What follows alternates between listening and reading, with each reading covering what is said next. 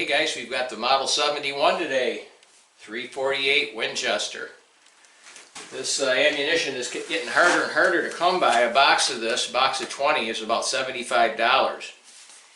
And I bought the gun at Vernon National about 3 years ago, and the biggest problem I had was finding ammunition for it, and brass actually to reload. So I was down to Sticks and Stones in West Winfield. It's a gun shop down there. They had 100 pieces, brand new Jameson 348 Winchester brass. That was kind of exciting.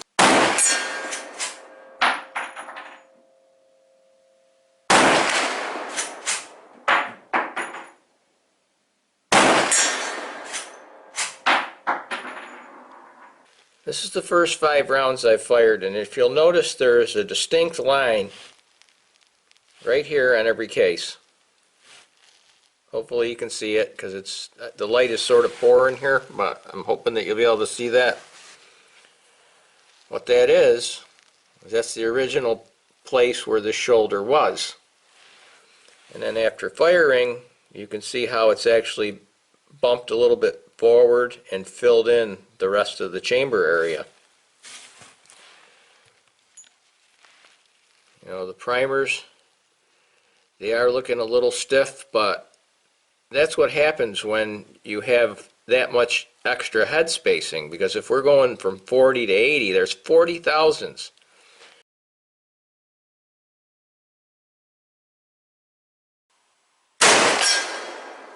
Okay. Apparently they're going off to the right a little bit, but let's take a look at that, how the shoulder moved, if we can. Remember, the number was 40, right? Isn't that funny? Right out to 80. I want to check the insides to make sure that the webbing in the base of these hasn't moved too much. It helps if you're feeding these in that you don't totally put them into the tube.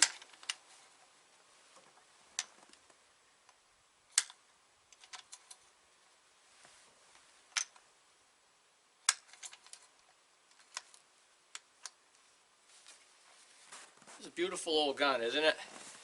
Have the nice beefy stock, pistol grip, well worn checkering.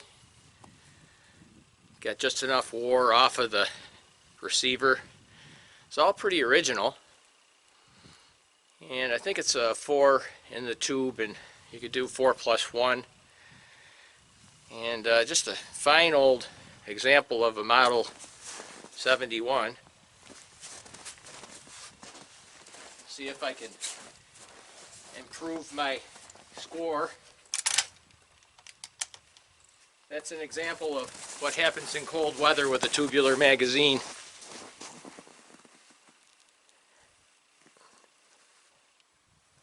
Can you see that?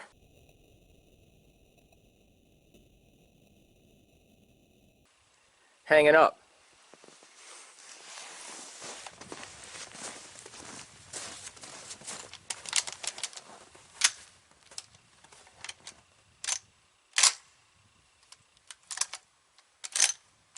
There you go, the elevator picked it up that time.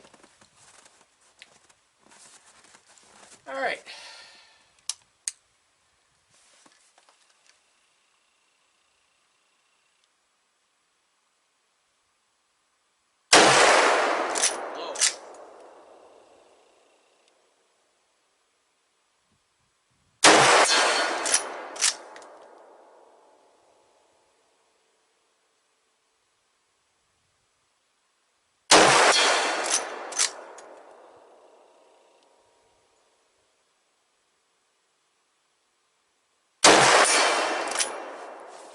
Notice in the video I'm kind of swing shooting.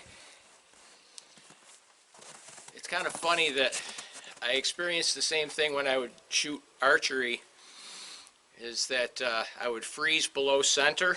It's kind of an odd thing, it's hard to explain, but how I've been alleviating it a little bit is that I forget about the rear sight and I just basically use the front sight and blot out the target and then try to hit it. I find that as I add things, as you add things to your brain as far as what you're expected to do. For example, I was talking about archery. If I shot fingers with sights, it was no problem, but when I added a release to it, it seemed to all of a sudden short circuit my head a little bit to where I wasn't able to focus on the center of the target. It's called freezing below center. I don't know if anybody else experiences that, but that's why I like to shoot from a rest, because it kind of eliminates that problem. I'm kind of an average shooter, but having a whole hell of a lot of fun.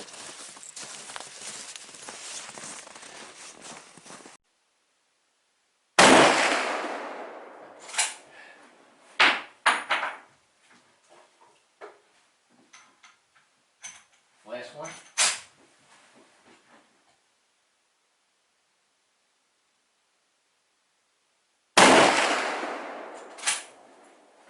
We're doing some digging.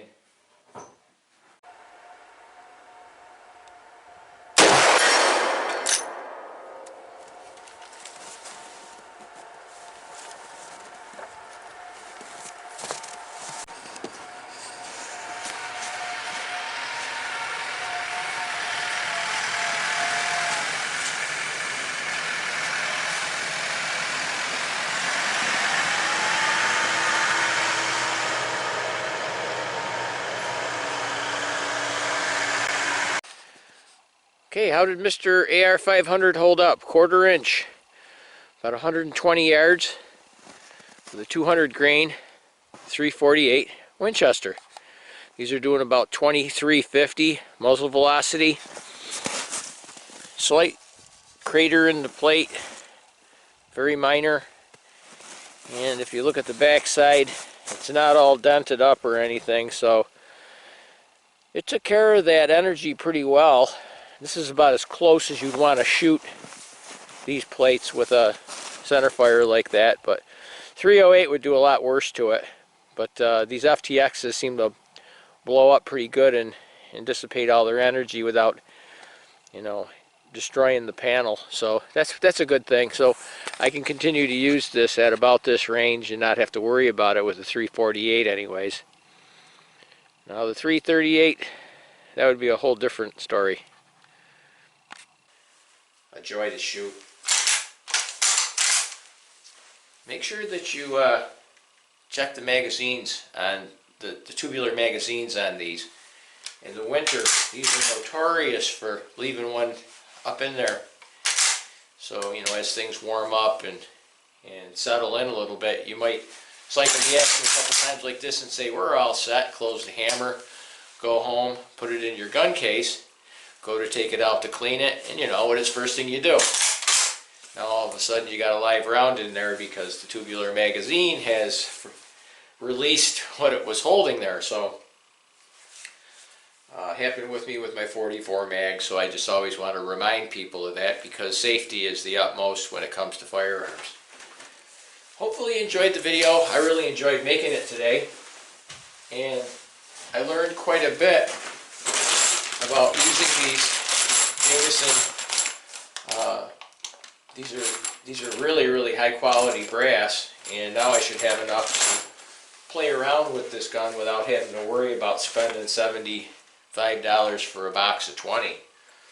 So if you like the video, give me a thumbs up, subscribe if you're a new viewer, hit the notification bell.